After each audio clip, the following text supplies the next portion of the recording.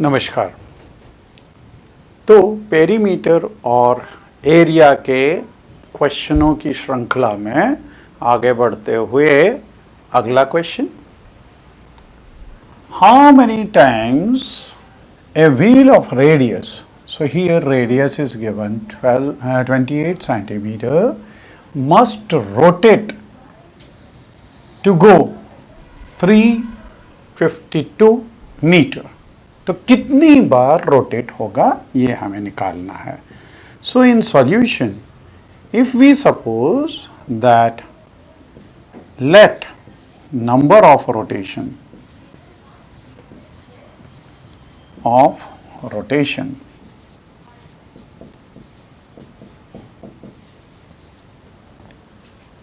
Is equal to n. तो हमको n की वैल्यू निकालनी है ना. और radius is equal to r is equal to 28 centimeter. Total distance is this. So distance traveled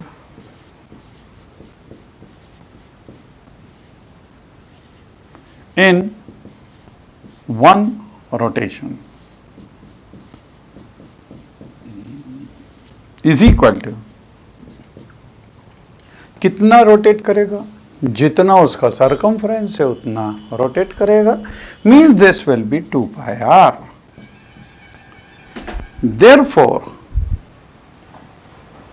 distance traveled in n rotation will be equal to n into 2 pi r. But this distance is given to be equal to 352 meters. And here value of pi is given 22/7.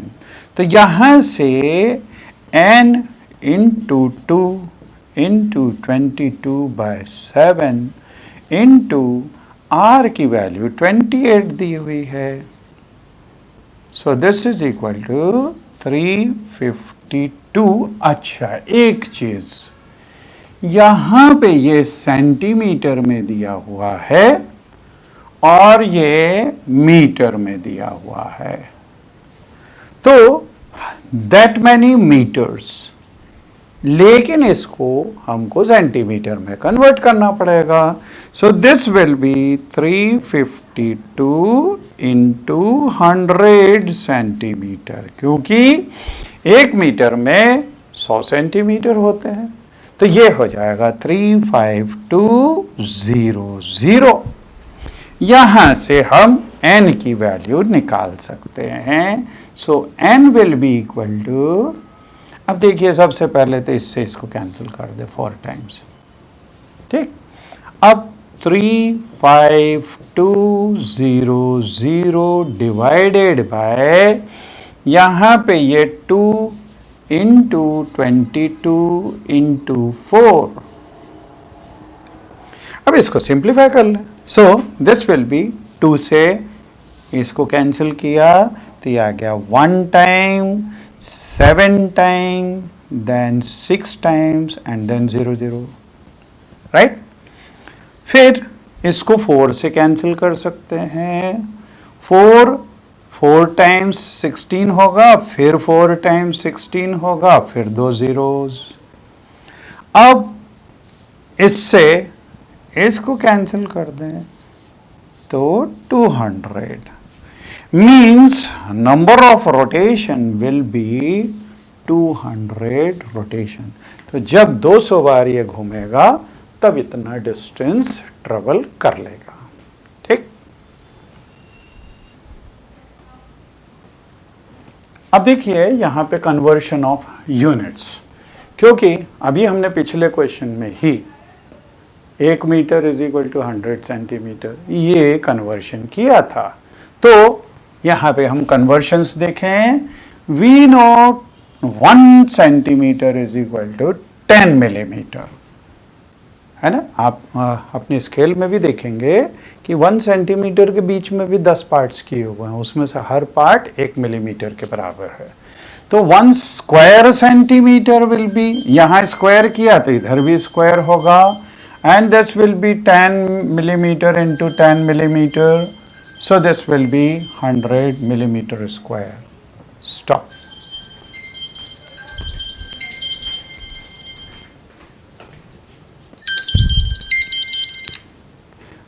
Hello hello hello.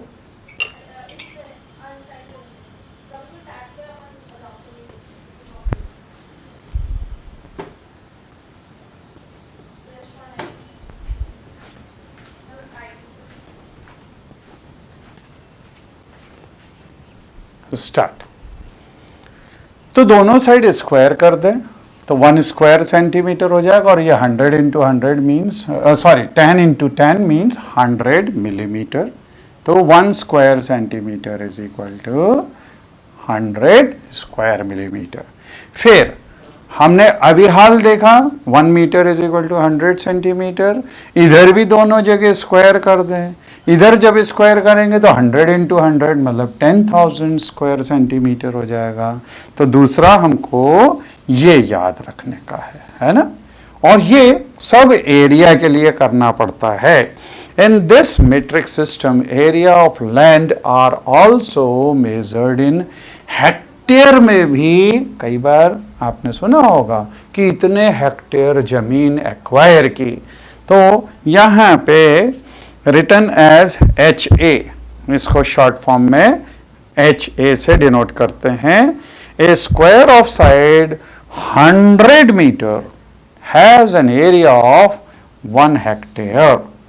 तो अगर 100 metre by 100 metre का plot होगा तो वो 1 hectare के बराबर होगा. मतलब 1 hectare will be equal to 100 into 100 means 10,000 square metre. क्योंकि कई बार जब क्वेश्चन सॉल्व करते हैं तो यूनिट्स अलग अलग दे देते हैं, लेकिन हमारे को उसको सेम यूनिट में कन्वर्ट करके आंसर लाना पड़ता है. ठीक है, तो आप ये ध्यान रखिए.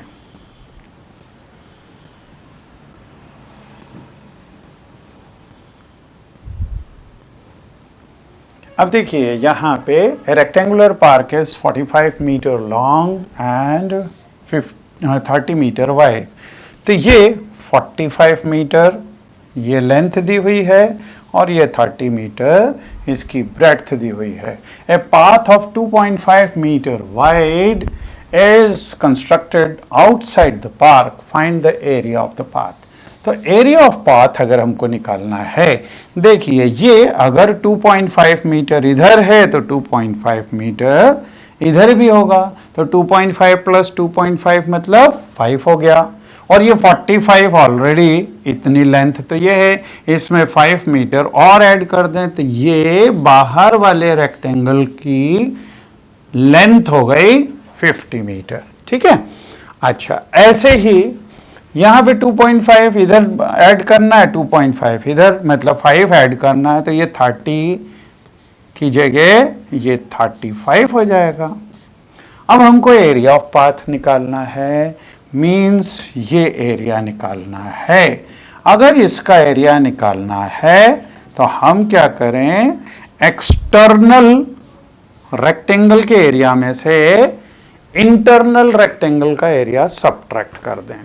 तो एक्सटर्नल का एरिया होगा 50/35. तो ये देखिए ये 50/35 है ना, और ये अंदर वाला हो जाएगा 45/30. तो अंदर वाला हो गया 45/30. तो ये 1750 है, इसमें से इसको सब्ट्रैक्ट कर दो. तो दिस विल बी 1750 में से 1350 सब्ट्रैक्ट कर दिया तो ये 400 square metre will be the area of this path. Come to next. अगले क्वेश्चन में a path of 5 metre wide runs along inside the square park. अब ये पिछले क्वेश्चन में बाहर दी हुई थी, अब अंदर दी हुई है। ऑफ साइड 100 मीटर, तो यहां पे ये 100 मीटर बाय 100 मीटर इसको वो दी हुई है, ये 100, इधर भी 100, ठीक है, क्योंकि स्क्वायर है। Find the area of the path, also find the cost of cementing, तो यहां पे कॉस्ट ऑफ सीमेंटिंग पूछी हुई है ना, और ये रेट भी दिया हुआ है, 10 स्क्वायर मीटर का इतना रेट है। अब देखिए इस तरह के क्वेश्चन में चूंकि ये 5 मीटर विड्थ दी हुई है, तो 5 मीटर यहां से और 5 मीटर यहां से कम कर दो तो इसकी लेंथ आ जाएगी। ये 5 और 5 मतलब 10 कम किए तो ये हो गया 90, और ये भी हो जाएगा 90 क्योंकि ये भी स्क्वायर है, ठीक है। अब हमको सीमेंटिंग करनी है पाथ की, तो ये पाथ का एरिया हमको अगर निकालना है तो बाहर वाले स्क्वायर के एरिया में से अंदर के स्क्वायर का एरिया सब्ट्रैक्ट कर दो। बाहर का एरिया कितना होगा, 100 इंटू 100 मीन्स 10,000, तो ये देखिए ये आ गया 10,000, और अंदर वाले का एरिया 90 इंटू 90 होगा, ये 90 का स्क्वायर मतलब 8100 हो गया। इसमें से इसको सब्ट्रैक्ट कर दो तो क्या आ जाएगा, ये एरिया ऑफ पाथ आ जाएगा। तो यहाँ पे इसमें से इसको सब्ट्रैक्ट कर दिया तो 1900 स्क्वायर मीटर ये आ गया एरिया ऑफ द पाथ, और इसको इसकी कॉस्ट से मल्टीप्लाई कर दो। लेकिन कॉस्ट का ध्यान रखना है आपको, यहाँ 10 स्क्वायर मीटर की इतना दिया हुआ है तो 1 स्क्वायर मीटर की 25 रुपये हो जाएगी, है ना। अपन 10 से इसको डिवाइड कर दें। So here for 10 square metre ये 250 है, तो 1 के लिए कितना हो जाएगा 25, जैसे मैंने बताया 10 से डिवाइड कर दो तो 25 हो गया। इस 25 को इस एरिया से मल्टीप्लाई कर दो तो 47,500 रुपये इसकी कॉस्ट आएगी इसको सीमेंटिंग करने की, ठीक। Then come to next. अब देखिए इस क्वेश्चन के अंदर 2 cross roads each of width, तो यहां पे विड्थ भी दी हुई है 5, और runs at right angle through the center of the rectangular park of length 70, तो ये लेंथ 70 और ब्रेड्थ 45, तो ये ब्रेड्थ 45 ये दिया हुआ है, and parallel to its sides, तो यहाँ पे ये 2 क्रॉस रोड्स, आपने देखा होगा गार्डन्स बने रहते हैं, कॉलोनी के भी गार्डन्स रहते हैं, उसमें इस तरह से कभी क्रॉस रोड्स रहती है तो कभी वॉकिंग ट्रैक रहता है ना। तो इसमें इस तरह से दिया हुआ है। Find the area of the roads, तो पहली चीज तो हमको एरिया निकालने का है और रोड्स का area. Also find the cost of constructing the road, तो कॉस्ट भी चाहिए हमको, और रोड्स कंस्ट्रक्ट करने के लिए कितनी कॉस्ट लगेगी ये भी हमारे को निकालना है। अब देखिए यहां पे अगर रोड का एरिया निकालना है तो ये रेक्टेंगल का एरिया हम निकाल लें। ये रेक्टेंगल का एरिया देखिए कितना होगा, ये रेक्टेंगल में इसकी लेंथ 70, ये 70 है ये लेंथ, और ये 5 का है 5 मीटर, क्योंकि यहाँ पे रोड की विड्थ दी हुई है, ये विड्थ दी हुई है 5, तो हम क्या कर सकते हैं इसका एरिया निकाल लें रोड का, मीन्स 70 इंटू 5, तो 70 इंटू 5 ये एरिया ऑफ दिस हो जाएगा। इसी तरह से हम ये इस रोड का एरिया भी निकाल सकते हैं। इस रोड का एरिया, इसकी लेंथ कितनी हो जाएगी, यहां से लेके यहां तक 45 है और विड्थ जो है 5 है, ठीक है। तो 45 इंटू 5 ये इसका एरिया, और 70 इंटू 5 इसका एरिया, लेकिन यहाँ पे एक चीज ध्यान रखनी है कि इसका एरिया और इसके एरिया में ये वाले पोर्शन का एरिया तो 2 बार आ गया, दोनों में इंक्लूड हो गया, तो हमको एक बार तो सब्ट्रैक्ट करना पड़ेगा। और ये कितना, ये स्क्वायर है 5/5 का, है ना।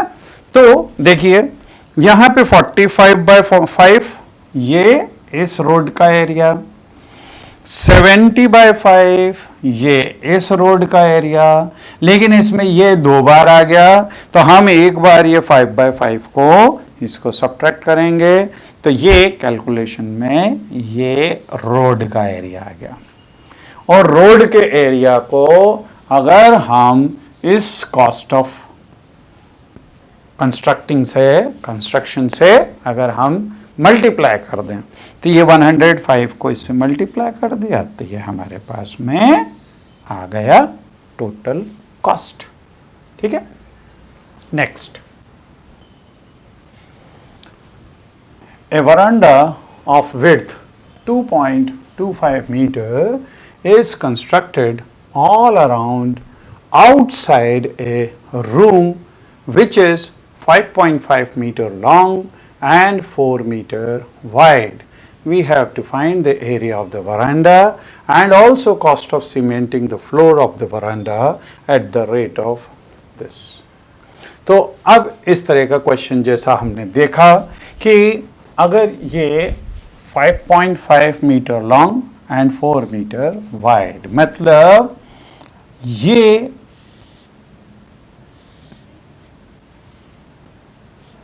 ये 5.5 लेंथ और 4 मीटर ये ब्रेड्थ दी हुई है, ठीक है। और ये 2.25 मीटर ये आउटसाइड, ये बाहर की तरफ कंस्ट्रक्ट किया है। तो जब बाहर कंस्ट्रक्ट किया तो ये इस तरह का बनेगा, 2.25 यहां पे और 2.25 यहां पे, इन दोनों का सम करेंगे तो 4.5 आएगा। इस 5.5 और plus 4.5, so this will become 10 metre ये हो जाएगी ये आउटर लेंथ, ठीक है। इसी तरह से यहां पे भी 2.25, इधर भी 2.25, मतलब 4.5 इसमें अगर ऐड कर दें तो हमारे पास में ये आउटर विड्थ आ जाएगी, दिस विल बी 8.5, ठीक है। अब अगर हमको एरिया निकालना है तो एरिया के लिए मतलब इसका एरिया निकालना है, तो आउटर रेक्टेंगल के एरिया में से इनर रेक्टेंगल का एरिया हम सब्ट्रैक्ट कर देंगे, तो एरिया आ जाएगा वरांडा का। तो इन सॉल्यूशन सबसे पहले हम लिखेंगे external length is equal to, इसमें 5.5 में हम 2.25 दो बार इधर और इधर ऐड करेंगे, 2.25, so this will become 10 metre. ये एक्सटर्नल लेंथ अगर इसको हम L1 दे, then external breadth will be, ये 4 में हम 2.25 और प्लस 2.25 ऐड कर दें, सो दिस विल बिकम 8.5। ये एक्सटर्नल ब्रेड्थ अगर B2 हो जाए, ये इंटरनल लेंथ है, इंटरनल लेंथ अगर इसको B1 मानो, ये L1 है और ये इंटरनल के लिए 2 यूज करो, तो ये L2 है और ये B2 है ना। सो area of veranda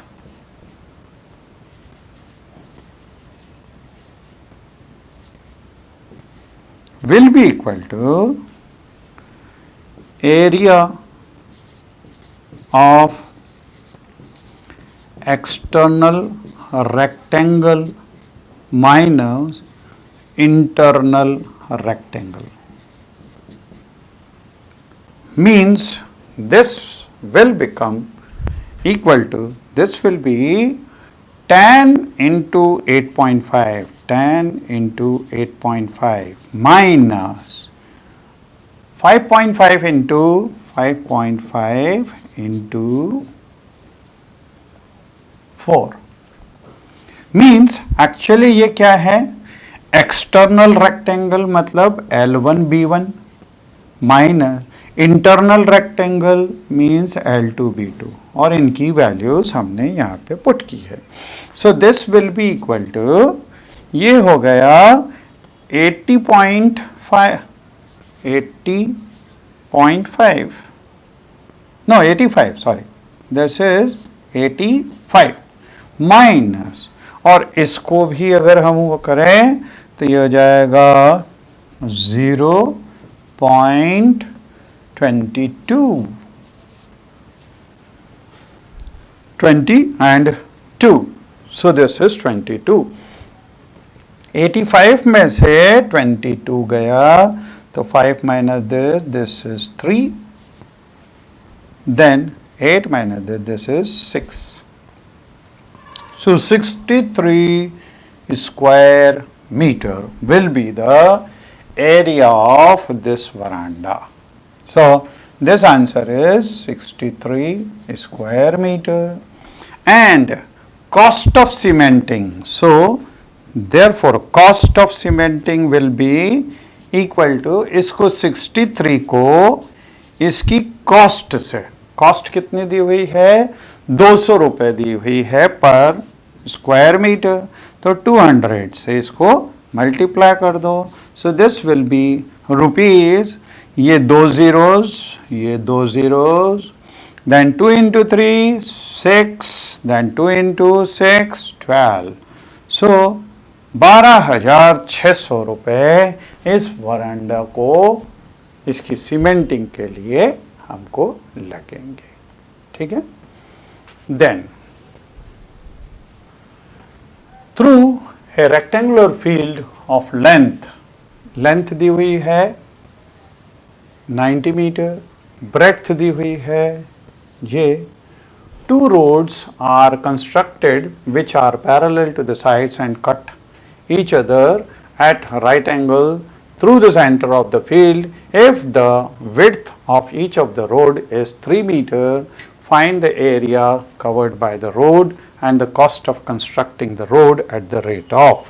तो ये क्वेश्चन बिल्कुल वैसा ही है जैसा अभी हमने किया कि ये रेक्टेंगल है, रेक्टेंगल में यहाँ पे लेंथ 90 और ब्रेड्थ 60 ये दिया हुआ. इसमें एक रोड इस तरह की चल रही है, दूसरी रोड इस तरह की चल रही है, और विड्थ दी हुई है इस रोड की, this is 3 metre, 3 metre width दी हुई है. तो ये 3 है और ये 90 है, तो इसका एरिया हो जाएगा 90 into 3.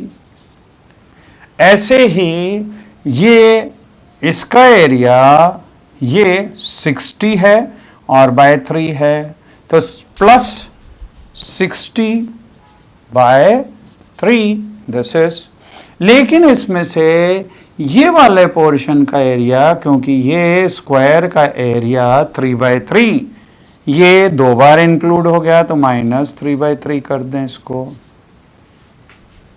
Right. So this is area of road.